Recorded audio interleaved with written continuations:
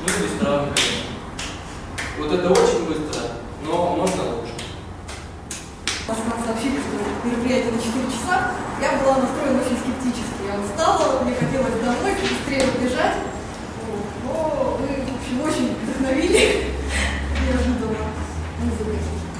И я себя чувствую значительно бодрее, чем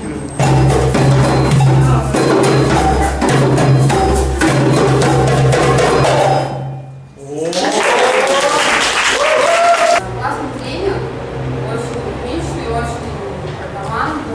И я никогда бы не думала, что играя на барабанах, я увижу столько нового в моих коллег. Практически в каждой игре, в каждом упражнении я все время ловила те паттерны, которые есть в нашей команде, которые есть в нашей ежедневной работе. И я увидела, как люди меняются, как они учатся прямо в этой игре быть другими.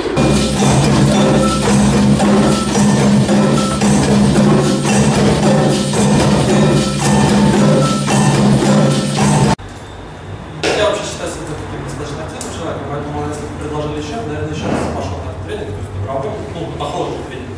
Но вместе с тем, я очень далек от музыки. И вот такое, когда сказали пойти играть на барабанах, я так воспринял, то есть какую-то как шутку, что ли, даже. Ты играл, главное, на барабанах нет.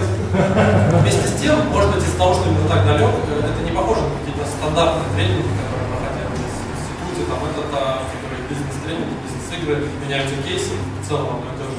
Поэтому было, на самом деле, действительно очень интересно.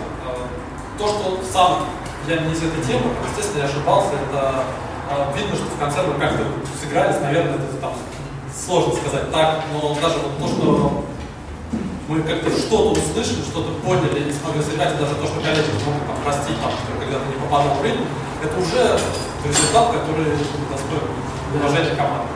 Спасибо большое. Я не приятно.